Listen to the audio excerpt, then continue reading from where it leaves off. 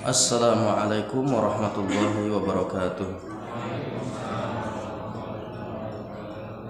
Alhamdulillah wassalatu wassalamu ala Rasulillah wala haula wala quwwata illa billah.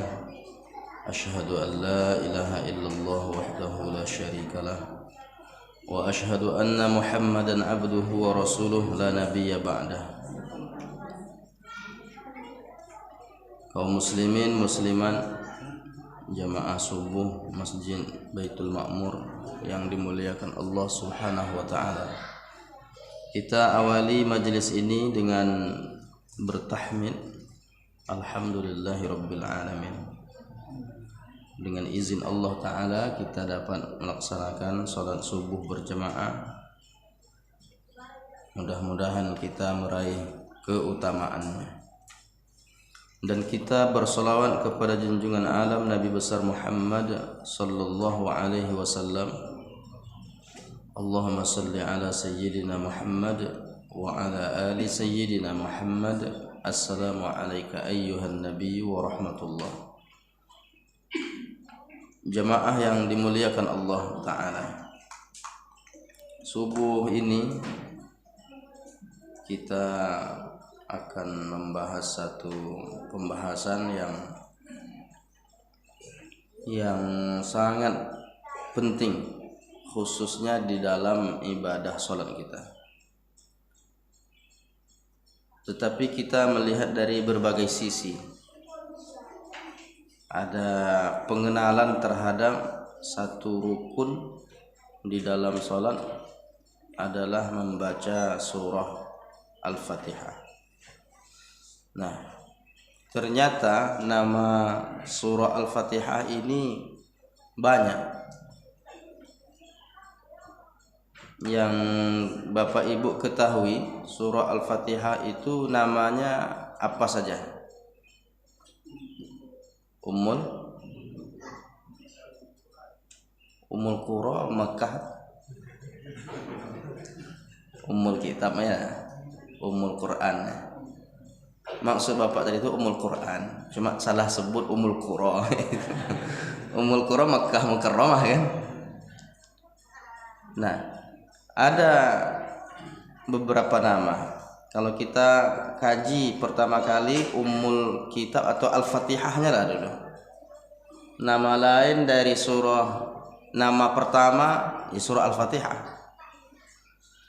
Dan inilah yang paling populer. Tak ada orang ragu lagi kalau disebut Al-Fatihah, nah itu yang 7 ayat itu. Ada namanya yang kedua, Fatihatul Kitab. Fatihatul Kitab artinya pembuka kitab, muqaddimah. Yang memulai Al-Quran itu ya surah Al-Fatihah. Nama lainnya Fatihatul Kitab berdasarkan hadis dalam Sahih Bukhari. Kata Nabi, la salata liman lam yaqra bi Fatihatil Kitab. Tidak sah salat seseorang yang tidak membaca Fatihatul Kitab.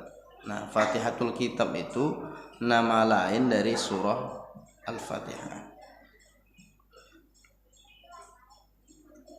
Ada lagi yang ada ummul tadi. Ada Ummul Kitab, induk. Ummul Kitab itu artinya induk kitab.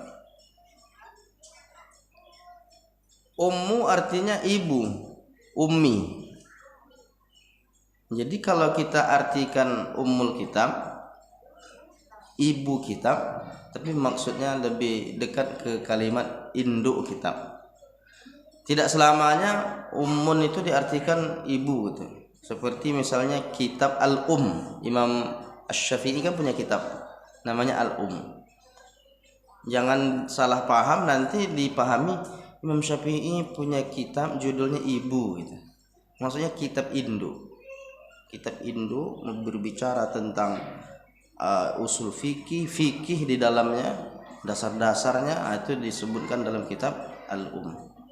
Ummul Kitab, induk kitab, maksudnya kalau induk itu kan melahirkan. Jadi kalau kita lihat ajaran Islam itu terdapat dalam surah Al-Fatihahnya. Dia melahirkan surah-surah yang lain itu, Al-Baqarah, Ali Imran, sampailah ke An-Nas. Nah, induknya mana surah Al-Baqarah sampai An-Nas nih? Induknya ada di Al-Fatihah atau Ummul Kitab. Disebut juga dia yang keempat Ummul Quran. Sampai seorang mufassir dalam kitabnya Tafsir fi Zilalil Quran, dalam naungan Al-Quran, di komentar dia pada muqaddimah ketika menjelaskan surah Al-Fatihah, dia katakan bahwa ajaran Islam itu tercakup di dalam surah Al-Fatihah, dan inti dari surah Al-Fatihah itu hanya 3 saja. Inti ajaran Islam itu ada dalam surah Al-Fatihah, dan inti surah Al-Fatihah itu cuma 3 poin saja. Kalau dikerucutkan, kalau disederhanakan, walaupun nanti bisa aja dikembangkan, tapi intinya 3. Yang pertama akidah. Yang mana akidah? Bismillahirrahmanirrahim, dengan nama Allah yang Maha Pengasih lagi Maha Penyayang. Alhamdulillahirabbil alamin, segala puji bagi Allah penguasa alam semesta. Ar-Rahmanir-Rahim, yang Maha Pengasih, yang Maha Penyayang. Maliki yaumiddin, yang menguasai hari pembalasan. Nah, itu bab akidah.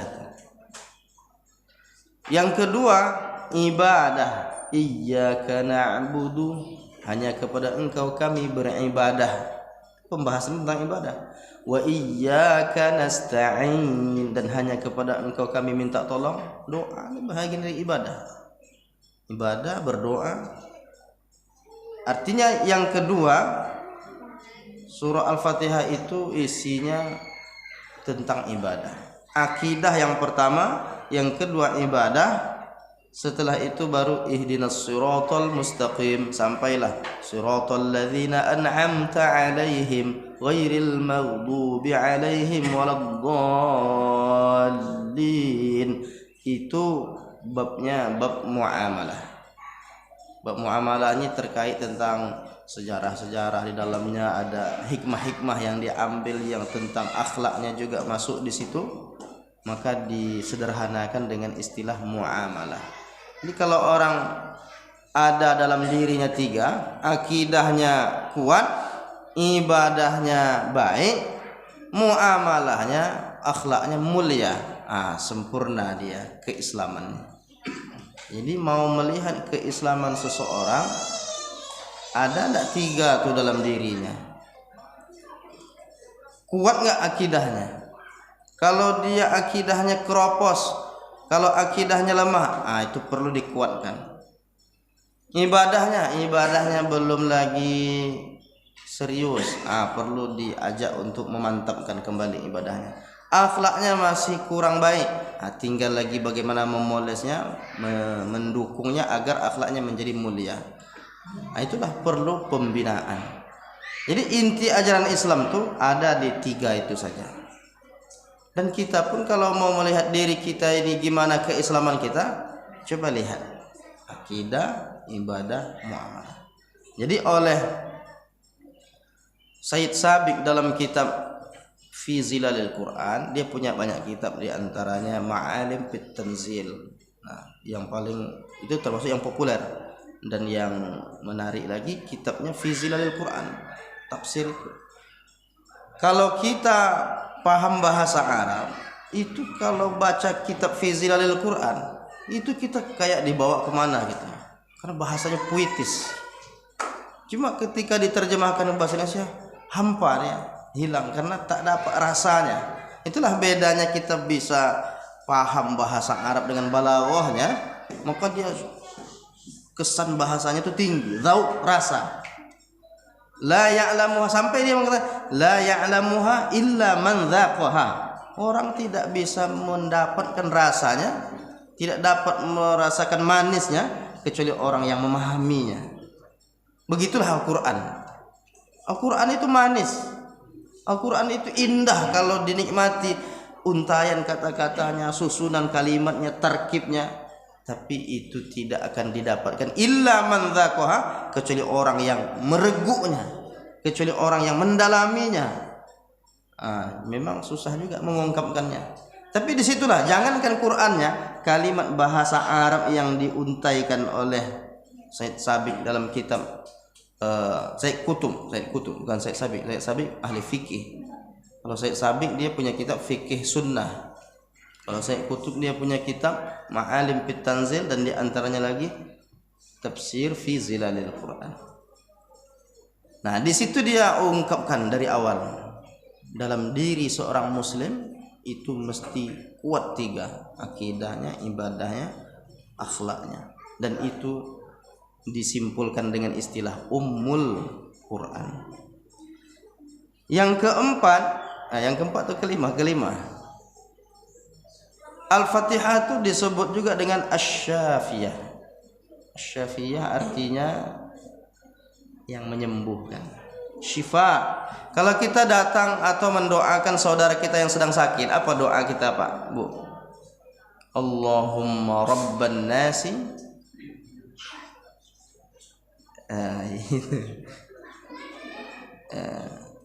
antas syafi ishfi antas syafi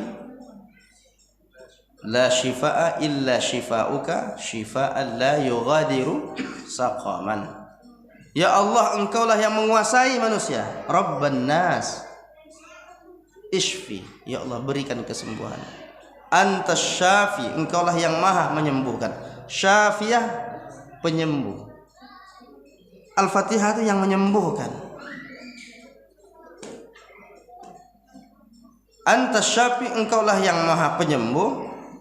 La shifaa illa shifauka, tidak ada kesembuhan yang melainkan kesembuhan yang datang dari engkau. Illa shifauka, shifaan la yughadiru saqaman, kesembuhan yang tidak meninggalkan sisa. Maksudnya kalau sehat betul ya Allah, jangan sampai ada sisa-sisa penyakit lagi.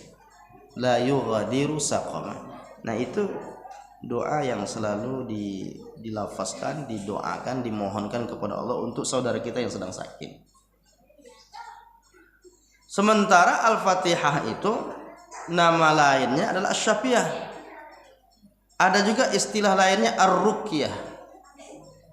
Makanya Ruqyah itu diantara bacaannya surah Al-Fatihah.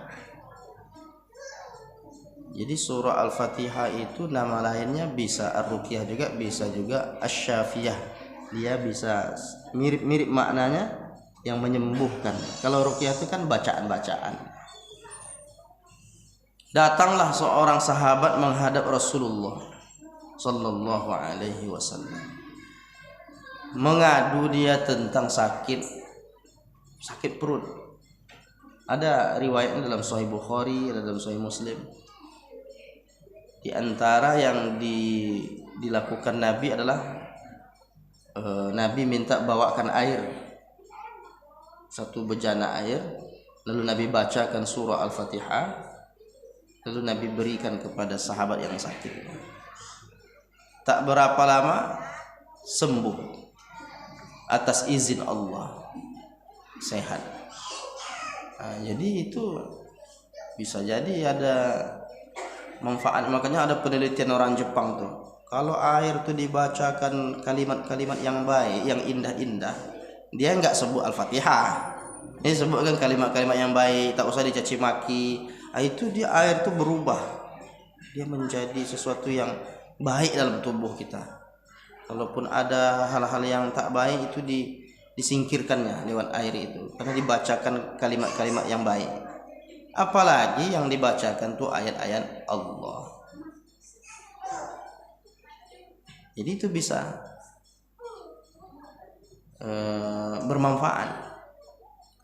Yang ke berapa lagi? Yang keenam. Nah, yang keenam, surah Al-Fatihah itu disebut juga dengan Al-Kafiyah. Al-Kafiyah itu diambil dari kata kafi. Kalau anak-anak ada kan Allahul Kafi, kan? Allahul Kafi, Allah yang maha mencukupkan. Kafi dalam Quran, wa kafa billahi syahida, cukuplah Allah menjadi saksi. Wa kafa billahi wakila. Cukuplah Allah, kafa. Kalau kita disuruh makan, udah makan. Disuruh tambah Pak. Kafani, udah cukup. Kafa itu bisa juga. Nah, sudah cukup. Kafa artinya cukup. Apa maksudnya surah Al-Fatihah itu kafiyah? Andaikan Quran itu cuma Al-Fatihah yang turun, sungguh itu sudah cukup sebetulnya, karena sudah mencakup seluruh aspek dalam kehidupan. Tapi karena memang Allah takdirkan ada proses, Nabi di Mekah ada pertanyaan, turun ayat perinciannya, maka Allah rincikan sampailah 6.000 lebih itu ayat. Andai tidak ada ayat itu, cuma Al-Fatihah saja yang turun, maka itu sudah cukup, maka disebut dengan Al-Kafiyah. Tapi begitulah perlunya perincian, dan bahkan nanti ayat Quran itu mesti lagi dirincikan dari hadis-hadis Nabi SAW. Tapi menunjukkan bahwa Al-Fatihah itu luar biasa sampai disebut Al-Kafiyah, dah cukup dia sesungguhnya. Tapi kita tak bisa mempraktekkannya, maka Allah tahu kelemahan kita, dibuatnya perincian-perincian. Yang ketujuh, surah Al-Fatihah itu disebut juga dengan Al-Wafiyah. Pernah Bapak Ibu dengar tuh? Surah Al-Fatihah itu kan jarang juga. Mari kita mulai dengan surah Al-Wafiyah. Bingung kan? Apa surah Al-Wafiyah?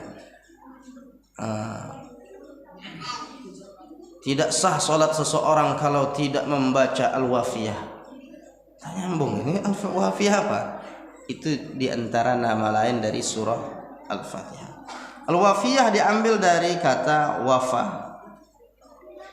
Dari kata wafa itu nanti lahir lagi kata wafat. Wafat, tawaffa, tuwuffiya. Artinya apa arti wafat Bapak Ibu? Wafat artinya apa? Mati. Wafat itu secara bahasa maknanya sempurna. Kenapa orang meninggal itu disebut wafat? Sempurna sudah umurnya.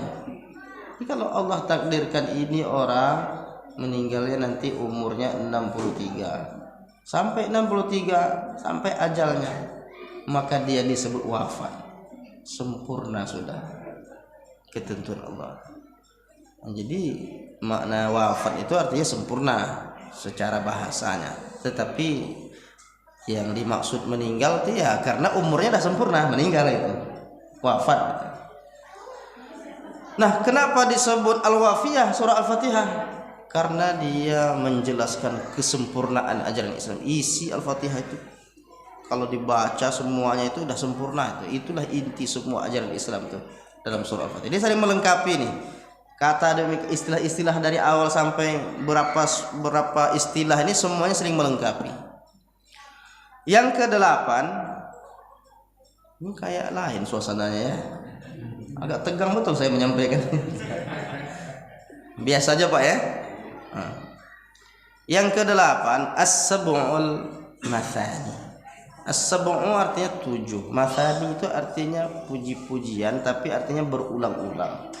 Maka disebut juga as-sab'ul mathani, 7 ayat yang berulang-ulang. 7 ayat yang berulang-ulang di surah Al-Fatihah. Tapi yang menarik di kalangan mazhab Maliki, bismillah enggak dibaca dalam sholat. Allahu Akbar, alhamdulillahi rabbil alamin. Orang mazhab Maliki tak baca. Kenapa tak dibacanya surah Bismillahirrahmanirrahim? Menurut riwayat Imam Warash yang diikuti jenis qiraat dan rasam Qur'annya oleh mereka yang banyak bermazhab Maliki, itu bismillah itu enggak masuk ayat pertama. Ada juga yang kita lihat di internet itu atau di WA itu masuk. Hati-hati, Al-Qur'an sekarang ini sudah banyak melenceng. Huruf qaf cuma satu titiknya. Seharusnya Al-Qur'an, tapi di sini Al-Fur'an. Itu kaedah penulisan riwayat Imam Waras memang begitu. Itu qaf itu. Termasuk bismillahnya tidak dibuat angka satu. Memang begitulah rasamnya mushaf orang-orang yang ada di Tunisia, Aljazair, Maroko. Nah, cuma kita nampak beda tuh langsung kita sesatkan. Ini ada ingin mengelabui umat Islam gitu. Padahal kita karena tak tahu bahwa ada perbedaan riwayat. Praktiknya beda, tulisannya juga beda. Nah, jadi kalau begitu gimana tentang masalah bismillah tak masuk ayat pertama? Itu sudah sejak dulu diperdebatkan oleh para ulama, menjadi bahagian dari bab furu', cabang-cabang dalam bab-bab fikih, dalam riwayat-riwayat tentang qiraat, bahwa bismillah itu menurut mereka tidak termasuk ayat pertama. Jangan katakan tak ada dalil. Mereka orang-orang mazhab Maliki yang sholat tanpa baca bismillah itu berdasarkan hadis dalam Sahih Muslim. Diriwayatkan hadis itu dari Abu Hurairah radhiyallahu anhu. Tapi saya lupa mencatatnya. Tapi boleh dilacak. Sesekali kita bukalah Maktabah Syamilah. Maktabah Syamilah tentang Hamidani Abdi. Saya lacak dulu sebentar. Tapi sini tak muncul, Pak ya. Gimana cara memunculkannya dulu? Bismillah.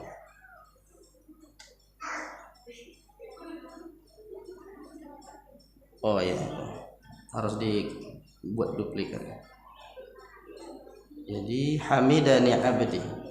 Saya ingin membuktikan saja, menunjukkan sama-sama kita lihat. Hamidani Abdi. Hamidani Abdi. Kita lihat dalam teks hadisnya. Ini hadis Sahih Muslim aja kita ambil karena banyak kitabnya. Sahih Muslim atau Sahih Bukhari ada atau tidak. Maka kita cek. Bismillah. Oh, tak dapat, berarti ada salah tulis. Oh, ada alifnya salah. Bismillah. Oh, baru muncul dia. Ini. Coba kita. Oh, kecil ya. Nampak nak ibu-ibu? Saya kira besar tadi. Atau bisa kita copy, kita pindahkan bisa ya. Coba saya kasih bahasanya. Ini dia teksnya dalam Sahih Muslim dari Abu Hurairah. Teksnya dari sini mulainya. An Abi Hurairah. Ini sanadnya. Ishaq bin Ibrahim Al-Hanzali akhbarana Sufyan bin Uyainah anil Ala an abihi an Abi Hurairah anin Nabi sallallahu alaihi wasallam. Man shalla salatan, siapa yang salat lam yaqra fiha, tidak dibaca di dalam salat itu bi ummil Quran, tak dibacanya ummul Quran, fahiya khidaj, maka salat itu terputus. Sebut di sini salasan, 3 kali Nabi, ghairu tamam, enggak sempurna salatnya. Faqila li Abi Hurairah inna nakuna wara al-imam faqara'a iqra biha fi nafsika, bacakan dalam dirimu. Fa inni sami'tu Rasulullah sallallahu alaihi wasallam yaqul, Rasulullah bersabda, qala Allah taala. Ini hadis qudsi. Kalau hadis ada firman Allah di dalamnya, dalam hadis itu hadis qudsi. Nah, apa kata Allah taala? Qasamtus shalah, aku bagi surah Al-Fatihah. Ini as-shalah ini nama lain dari surah Al-Fatihah. Baini wa baina abdi nisfaini, aku bagi surah Al-Fatihah itu antara aku dan antara hambaku nisfaini, menjadi 2 bagian. Wali abdi ma sa'ala, dan untuk hambaku akan kuberikan apa yang dia minta. Masalah apa yang diminta aku berikan. Fa idza qala al-'abdu, apabila hamba mengucapkan alhamdulillahi rabbil alamin, kalau hamba mengucapkan alhamdulillahi rabbil alamin, qala Allah taala, Allah berfirman, hamidani abdi, hambaku memuji aku. Wa idza qala ar-rahmanir rahim, kalau hambaku mengucapkan ar-rahmanir rahim, qala Allah taala, Allah berfirman, asna alayya abdi, hambaku menyanjung aku. Wa idza qala maliki yaumiddin, kalau hambaku mengucapkan maliki yaumiddin, qala, Allah berfirman, majjadani abdi, hambaku mengagungkan aku. Ini dalil mazhab Maliki. Terus kenapa tak baca bismillah? Enggak ada dalam hadis ini ceritanya bismillah. Langsung nih, wa idza fa idza qala al-abdu alhamdulillahi rabbil alamin. Enggak dimulai bismillah. Maka berdasarkan hadis ini oleh ulama-ulama mazhab Maliki, salat tak baca bismillah, Al-Fatihah. Masih ada dalil yang lain. Tapi begitulah ketika kita lihat keluasan ilmu para ulama, sehingga mereka buat kesimpulan-kesimpulan, oh ini tak perlu dibaca berdasarkan riwayat ini. Kan Nabi ceritanya tentang surah Al-Fatihah dalam sholat, tapi langsung wa idza qala al-abdu alhamdulillah. Tapi yang menarik lagi, dalam mazhab Maliki itu hanya tak boleh dibaca dalam sholat wajib. Bismillah itu tak boleh dibaca dalam surah Al-Fatihah dalam sholat wajibnya. Tapi untuk sholat sunat boleh. Itulah menariknya mazhab Maliki itu, dengan alasan baca Quran bagus, baca bismillah. Begitu kata ulama-ulama mazhab Maliki. Sekarang kita kembali ajalah ke pembahasan kita tadi, as-sab'ul mathani. Pertanyaannya, kalau memang tak baca bismillah berarti ayat itu jadi 6. Ternyata tidak. Loh kok bisa? Karena mereka dalam mushaf orang-orang mazhab Maliki itu angka 6-nya pada kalimat siratal ladzina an'amta 'alaihim. Dibuatnya 6 di situ. Nanti ujungnya ghairil maghdubi 'alaihim waladdallin. Di situ jadi 7 juga. Jadi tetap juga nama lain dari surah Al-Fatihah itu tetap as-sab'ul mathani. 7 ayat yang berulang-ulang. Karena kalimat as-sab'ul mathani ini ada dalam hadis Nabi. Nanti kita lihat hadisnya. Kalau masih sempat, kita tahu jam berapa selesainya nih Pak. Nah. Yang ke-9, surah Al-Fatihah itu disebut juga dengan alhamdulillah. Apa kata Nabi dalam sebuah idza qara'ta alhamdulillah faqra'u bismillahirrahmanirrahim. Jika engkau membaca alhamdulillah, maka bacalah, mulailah dengan bismillahirrahmanirrahim. Berarti alhamdulillah itu nama lain dari surah Al-Fatihah. Ada hadis teksnya. Nanti disebutkan juga kalimat was-sab'ul mathani. Yang ke-10 hadis tadi as-shalah. Kita tahu as-shalah itu salat. Ternyata salat itu nama lain dari surah Al-Fatihah. Makanya dalam hadis tadi qasamtus shalah, aku bagi surah Al-Fatihah, artinya antara aku dan hambaku menjadi 2 bagian.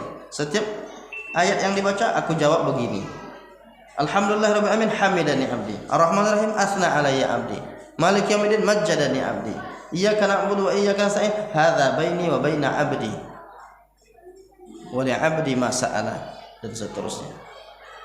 Nah, ini tentang nama-nama surah Al-Fatihah. Surah Al-Fatihah ini turunnya 2 kali.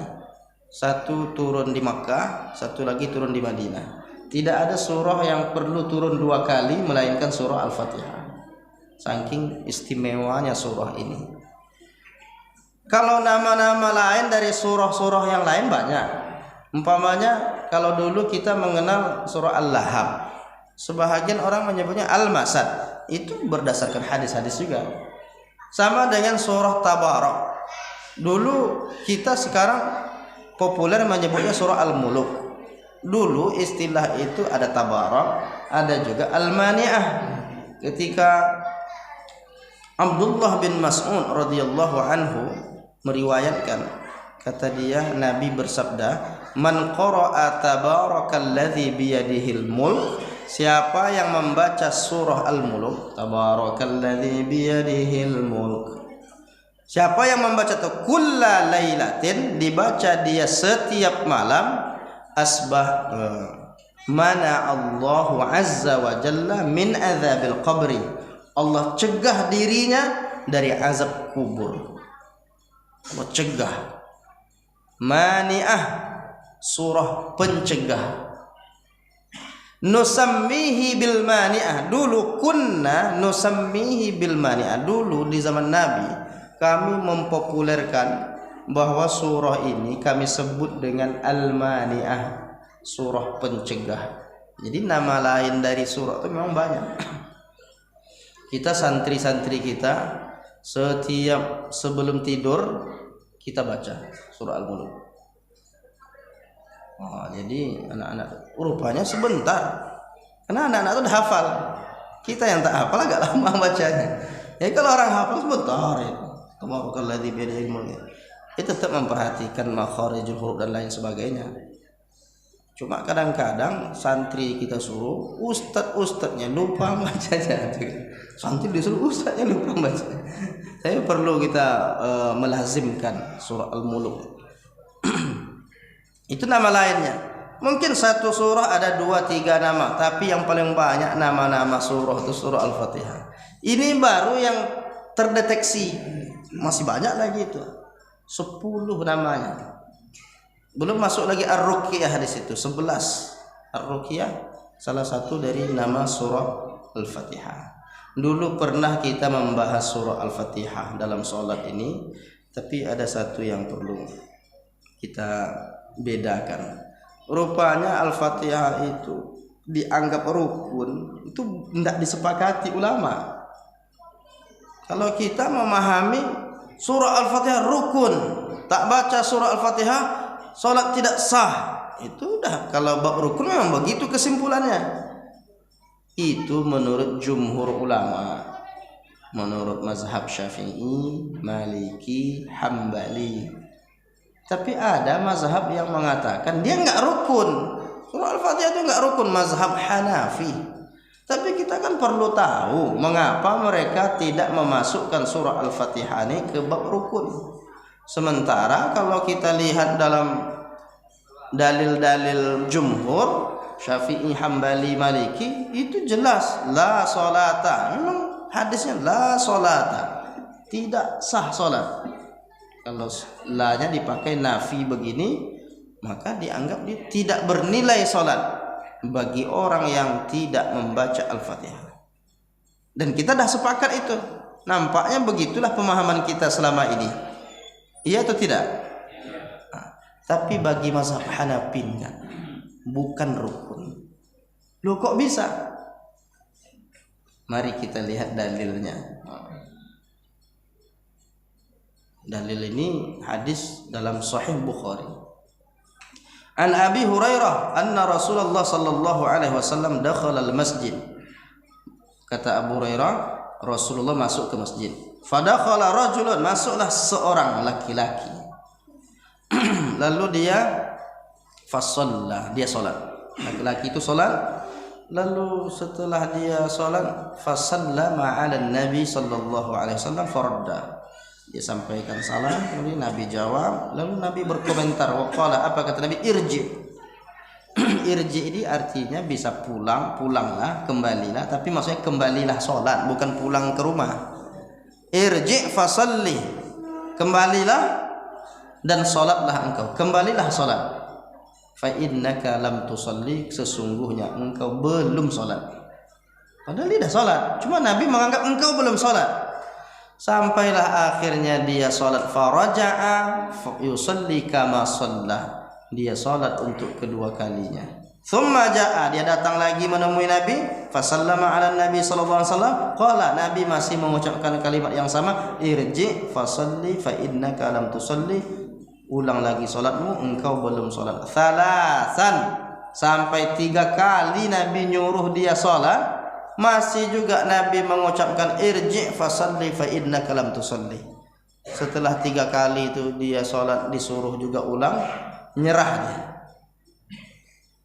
Apa kata dia? Walladzi ba'atsaka bil haqqi, demi Allah yang mengutus engkau dengan kebenaran, ma uhsinu ghairahu, aku tidak bisa sholat lebih baik dari sholat ini.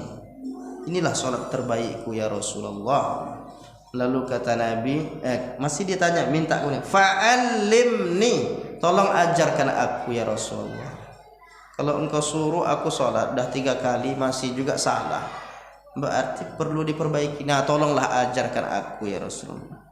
Lalu kata Nabi, nah itu yang warnanya berubah tuh. Itu kata Nabi, idza kumta ila shalah, kalau engkau melaksanakan sholat, fakabbir, bertakbir dulu. Memang kan sholat definisinya ucapan perbuatan dimulai dengan takbir, dengan takbir, takbiratul ihram. Fakabbir, Allahu akbar. Summa artinya kemudian, summa qara, kemudian bacalah ma tayassara ma'aka minal Qur'an, bacalah apa yang mudah dari Al-Qur'an. Bacalah apa yang mudah bagimu dari Al-Qur'an. Enggak disebutkan Al-Fatihah. Setelah itu apa? Tsummarka, kemudian rukuklah. Enggak ada Al-Fatihahnya. Itu alasan mazhab Hanafi, mengapa mazhab Hanafi Al-Fatihah tidak termasuk rukun, karena Nabi cuma suruh baca ayat. Apapun ayatnya. Ini kalau umpamanya setelah takbiratul ihram langsung baca ayat apapun, menurut mazhab Hanafi salatnya sah.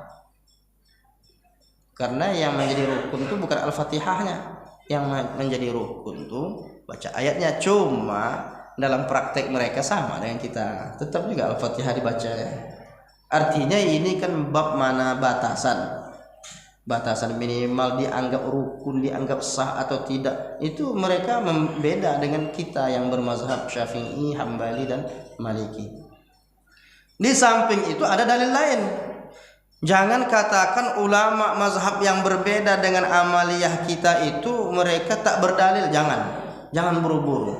Apalagi ada orang menganggap mazhab Hanafi itu pakai logikanya banyak. Memang disebutkan ahlur ra'yi, dia pakai kias banyak. Tapi jangan katakan dia tak ada dalil sama sekali. Banyak juga dalilnya. Itu karena kita mendalami, menyelami kitab-kitab mazhab Hanafi itu luar biasa. Dalil-dalilnya juga kuat. Kita yang dah punya keyakinan, dah punya amaliyah yang sudah kita pelajari, udah mantap juga, kuat juga. Tapi tidak serta-merta orang yang berbeda mazhabnya dengan kita itu tidak punya dalil. Buktinya mazhab Hanafi ini nampak jelas oleh mata kita langsung. Teksnya dalam hadis Bukhari. Di samping itu ada dalil lain, misalnya hadis ini dalam Musnad Ahmad, dalam Sunan Abi Dawud, dalam Sunan An-Nasai.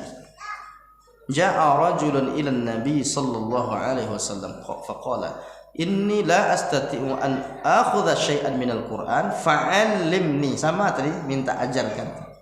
Ya Rasulullah, saya tak bisa membaca Quran, tak ada satu ayat pun yang aku hafal. Enggak ada dia yang menghafal satu ayat pun.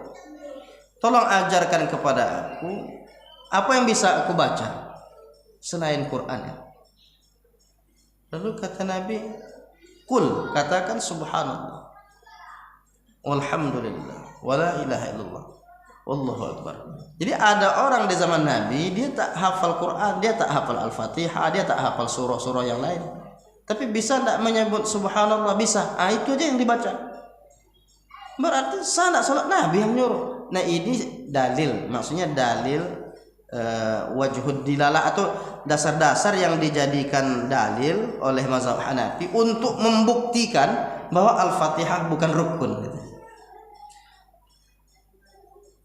Tapi kita kan berdalil juga. Kalau kita jelas dalil kita yang cenderung ke mazhab Syafi'i tadi ya ini jelas. La sholata liman lam yaqra bi Fatihah. Intinya semua ulama itu walaupun berbeda, dia punya dalil masing-masing.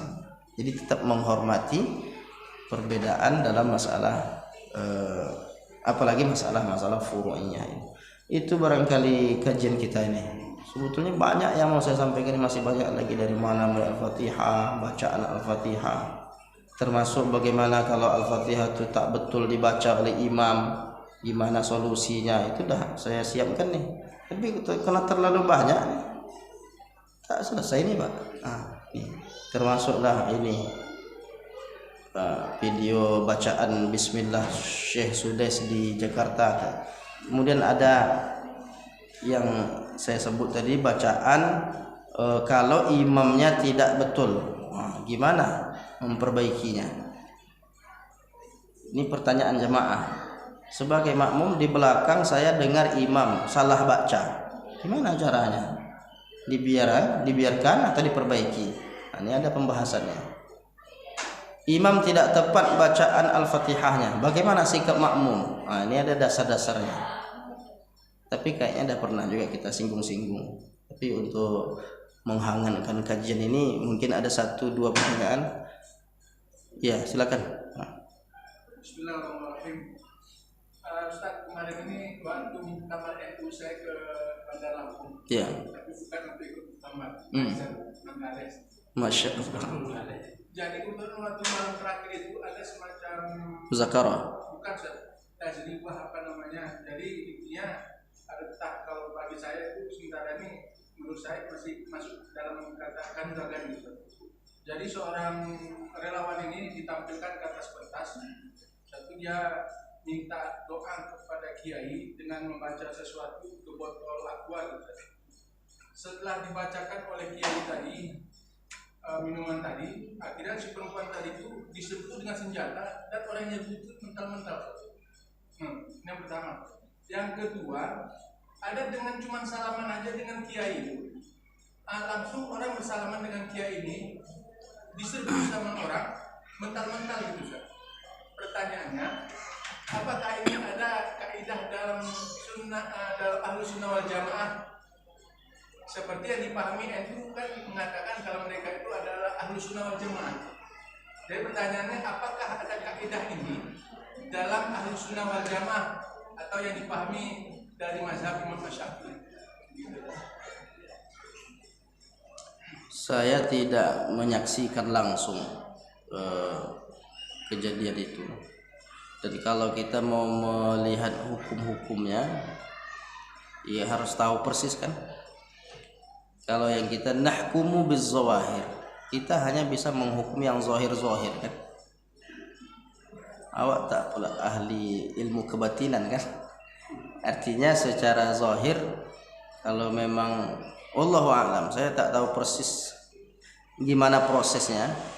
Tapi kalau yang digambarkan itu ada juga kekhawatiran. Kalau ada unsur-unsur jin, ya kan, ada juga kekhawatiran. Cuma kan tentu harus kita tanyakan prosesnya seperti apa, bacaan ayat apa, penampilan seperti apa, atau itu semacam atraksi seperti apa namanya, atraksi saja, yang itu sudah ada seperti apa ya, mungkin dia kok ditusuk, mungkin ada sesuatu di badannya tak mampu ditusuk, entah besi diletaknya di situ umpamanya kan. Jadi kita tak tahu apakah itu hanya pandangan kita atau hanya atraksi untuk menunjukkan, atau memang ada unsur gaib di sana. Itu yang wallahu a'lam. Jadi untuk memastikan itu memang harus kita rincikan satu persatu. Apakah memang ada sebab, apakah karena doa itu, karena doa kiai tadi, wallahu a'lam. Saya tak dapat pula memastikan apa yang sedang terjadi itu sebelum kita tanyakan betul prosesnya seperti apa. Jadi yang Bapak lihat di situ ada yang aneh ya? Iya, aneh sekali. Bahkan Di Singso. Iya, langsung mentah orang ini. Ya. Ya, kalau yang kita pelajari, kalau yang ada unsur-unsur seperti itu, bisa jadi ada unsur jinnya seperti itu. Jadi kalau kita mengkaji tentang ilmu ruqyah itu, sedikit banyaknya ada pengaruh itu. Tapi wallahu alam, boleh jadi ada dalil lain. Yang saya tahu begitu. Kadang-kadang yang dulu kita pernah juga ikut-ikut apa kayak ilmu-ilmu itu kebatinan seperti itu. Biasanya kalau yang udah masuk ke wilayah itu bisa masuk gitu. Kalau didorong, ada dulu tak usah sebut lah, pernapasan ini kan. Itu terpental tuh kalau didorong oleh guru tuh pakai entah apa bacaannya tuh kan. Tapi saya ikut itu, tak masuk Pak. Tak masuk saya itu. Saya heran, padahal yang ikut tuh santri-santri itu banyak tuh. Masa santri-santri saya agak dulu, udah lama, ada puluhan tahun yang lalu. Jadi malam-malam itu pernapasan. Jadi memang prakteknya gitu Pak, unik-unik itu. Kalau nanti diletakkan papan di atas perut, nanti lewat motor di atasnya, pernapasan perut. Nanti kalau ada paku-paku tajam berdiri di atasnya, nggak tembus itu, nggak berdarah. Nah, itu belum sampai tahap itu. Saya dari awal, wallahu alam, entah apa yang menyebabkan, saya tak tahu. Saya sudah berusaha juga untuk mengikuti prosesnya. Waktu itu saya tak tahu. Itu santri-santri itu berproses semuanya. Ketika didorong itu terpental. Kan ada pernapasan seperti itu. Termasuk dia ke ulu hati katanya. Terpental kayak terbang. Saya sendiri tak apa-apa. Ustaz. Hah? Kata guru itu, Ustaz kurang konsentrasi Ustaz ya. Udah konsentrasi saya, tapi tak masuk. Artinya udah beberapa kali juga itu memang tak masuk. Nah, jadi memang jiwa saya tak di situ gitu kan. Jadi yang seperti itu tuh memang kalau kita kaji bersama guru-guru kita, memang sedikit banyaknya ada unsur-unsur itu. Kalau kita memang lebih baik menghindar. Seperti itu. Khawatir kita tak sengaja ternyata ada unsur seperti itu. Wallahu a'lam, itu yang bisa saya tanggapi Pak ya. Ya. Mana dulu? Yang bersuara ya, yang bersuara.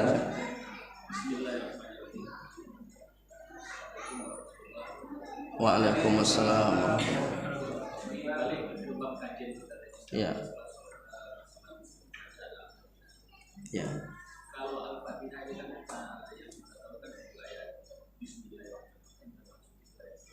Iya.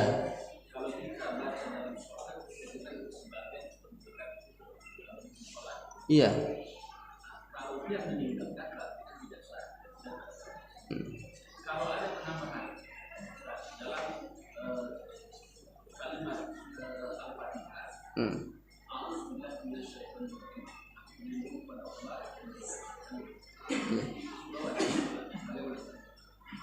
Bacaan a'udzubillahi minasyaitonirrajim dalam surah Al-Fatihah itu termasuk sunnah.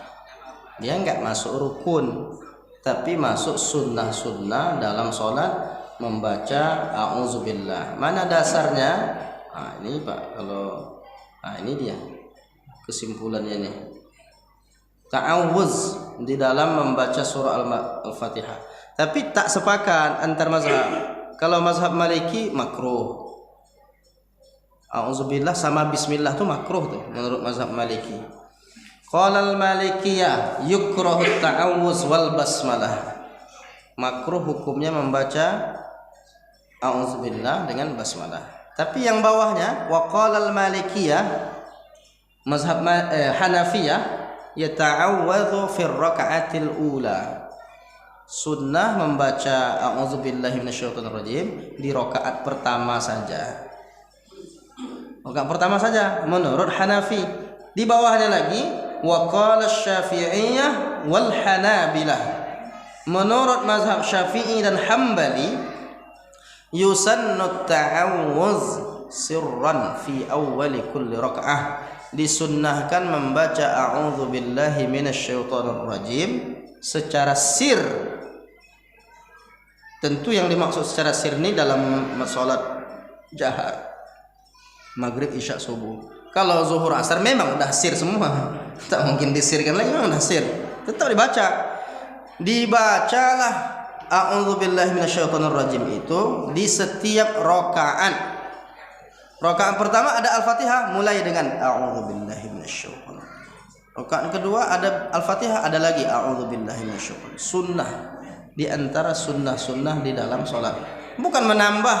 Dalilnya mana? Itu disebutkan bi ayyakul a'udzubillahi minasyaitonir rajim. Wa an Ahmad, dari Imam Ahmad, annahu yaqul a'udzubillahi as-sami'il 'alim minasyaitonir rajim. Daliluhu, dalilnya ma rawahu Ahmad wa Tirmizi dalam Musnad Ahmad, dalam Sunan At-Tirmizi. An Abi Sa'id Al-Khudri, diriwayatkan dari Abu Sa'id Al-Khudri, anin Nabi sallallahu alaihi wasallam, annahu kana idza qama fis shalah, Nabi kalau salat, memulai salat baca iftitah, Allahu akbar, baca iftitah. Thumma yaqul, setelah baca iftitah Nabi membaca apa? A'udzu billahi as-sami'il 'alim minasyaitonir rajim min hamzihi wa nafthihi wa nafthihi, baru baca Al-Fatihah. Tapi itu versinya 3. Jadi membaca a'udzubillah tuh bisa dipilih. Bisa a'udzubillahi minasyaitonir rajim, bisa juga a'udzubillahis samiil alim minasyaitonir rajim, bisa juga a'udzubillahis samiil alim minasyaitonir rajim min nafkhihi wa nafthihi wa hamzihi. Pilihlah. Pokoknya itu ta'awuz juga itu. Bapak pilih yang mana? 1, 2 atau 3? Satu ya, satu aja lah Pak ya, nama yang ketiga mau hafalnya. Tapi itu sunnah. Ini mau kemana nambah Al-Fatihah? Sunnah salat. Sama dengan sunnahnya iftitah. Ini teks hadisnya. Cuma tak nampak Bapak situ kan? Nampak. Gitu Pak ya? Cuma dapat dibacanya. Iya. Khalas. Oke, baik. Fadhal. Karena waktunya ada habis. Karena waktunya udah habis. Satu lagi. Udah terlanjur. Nah, terlanjur. Karena setelah ini ada rapat lagi. Iya, mohon maaf saya ya. Maksudnya saya mohon maaf jadi Ustaz. Iya. Jadi lama. Iya. Jadi Ustaz, saya baca beberapa asbabun nuzul tentang surah Al-Fatihah ini turun Ustaz. Dan salah satunya tadi yang Ustaz bilang itu adalah 2 kali turun itu di Mekah dan Madinah. Iya. Tapi ada juga riwayat yang menyatakan surah Al-Fatihah ini adalah surah yang langsung dikasih hadiah untuk Nabi besar Muhammad sallallahu alaihi wasallam ketika Isra Mi'raj Ustaz. Jadi ketika nyebut Salat apa? Surah Al-Fatihah ini lah yang langsung secara langsung yang diajarkan kepada Nabi Muhammad sallallahu alaihi wasallam. Iya. Dan satu lagi surah Al-Baqarah bagian akhir kan, surah itu. Iya. Nah, itu kalau Asbabun Nuzul yang pernah saya baca juga. Itu yang mana yang di Sahih? Oh, sahih semua itu. Oh, Sahih. Sahih semuanya. Jadi riwayat Asbabun Nuzul itu dia banyak. Satu ayat itu ada Asbabun Nuzulnya 3, 4. Ada satu ada. Nah, ada beberapa. Kalau kita lihat ada buku Asbabun Nuzul. Memang Asbabun Nuzul judulnya. Nah, itu kita lihat satu ayat ada sampai 3, 4, 5 sebab. Jadi tidak ada riwayat yang dhaif. Mungkin ada riwayat dhaif dalam babnya, cuma yang surah Al-Fatihah enggak ada yang dhaif. Semuanya bisa menjadi dasar. Dan bukan berarti karena ini sudah ada al-nuzul yang lain tertolak, enggak bisa begitu. Dia saling mendukung aja semuanya tuh. Asbabun nuzul itu dia kan hadis-hadis Nabi itu kan. Hadis-hadis riwayat. Ada juga yang Isra itu ada termasuk Nabi itu diberikan hadiah spesial, di antaranya akhir surah Al-Baqarah, ketika Isra Mi'raj ada hadis-hadis seperti itu masuk Al-Fatihah. Jadi ada juga surah-surah dalam Quran itu, ayat-ayat itu enggak ada asbabun nuzulnya. Jadi tidak selamanya ayat itu ada asbabun nuzulnya. Ada juga yang tidak ada asbabun nuzul, tiba-tiba inna alaina jam'ahu thumma inna alaina bayanahu. Sesungguhnya kami yang mengumpulkan dalam dadamu. Kami yang mengumpul. Tiba-tiba dah dapat aja Nabi wahyu itu. Ada juga yang berproses, ada pertanyaan, ada peristiwa, ada kronologi seperti itu ada. Ketika ada orang risau dengan dakwah Nabi, katanya, gimana Muhammad? Kita buatlah MOU, perjanjian. Hari ini kami menyembah Tuhan engkau, besok engkau menyembah Tuhan kami. Kemudian kalau tidak begitu, bulan hari ini, sebulan ini kami menyembah Tuhan engkau, sebulan ke depan engkau menyembah Tuhan kami. Nabi tak dapat jawab. Turun ayat, Qul ya ayyuhal kafirun. Katakan kepada mereka, wahai Muhammad, ya ayyuhal kafirun, hai orang-orang kafir. Apa lagi? La a'budu ma ta'budun. Aku tidak akan menyembah apa yang kalian sembah. Wala antum abiduna ma a'bud. Kalian pun tidak menyembah apa yang aku sembah. Wala ana abidum ma abattum. Dan aku pun bukan penyembah yang kalian sembah. Diulang sekali lagi. Wala antum abiduna ma a'bud. Kalian tidak menyembah yang aku sembah. Kalau begitu, lakum dinukum waliyadin. Nah, jadi itu ada asbabun nuzul karena tanya jawab. Nabi tak dapat menjawab, turun wahyu. Ada juga yang tiba-tiba udah turun. Termasuk Al-Fatihah itu banyak riwayat-riwayat tentangnya, semuanya bisa diambil salah satunya untuk diceritakan, dikisahkan. Tapi yang penting dalam masalah asbabun nuzul ini, dia tidak dibatasi. Jangan gara-gara asbabun nuzul dibatasi hukum di sana. Karena yang berlaku al-ibaratu bi'umumil lafzi la bi khususis sabab. Satu ibarat, satu teks wahyu itu atau hadis Nabi itu tidak dilihat dari sebabnya saja. Sebabnya salah satunya penting saja, tapi dilihat dari keumumannya. Nah, jadi itu berlaku nanti dalam kaidah tafsir kan. Karena ada orang menafsirkan ini sebabnya kan gini, berarti tidak berlaku untuk yang lain. Nah, itu kan ada yang memahami begitu. Maka dia berlaku bi umumil lafzi. Jadi ada beberapa riwayat tentang asbabun nuzul surah Al-Fatihah. Itu ya. Udah Pak ya. Ya tengok itu kalau udah dikasihnya kode udah tuh. Alhamdulillahirabbil alamin. Alhamdulillah, mudah-mudahan bermanfaat. Kita cukupkan kajian kita hari ini dengan subhanakallahumma asyhadu an la ilaha illa anta astaghfiruka wa atubu ilaik. Assalamualaikum warahmatullahi wabarakatuh.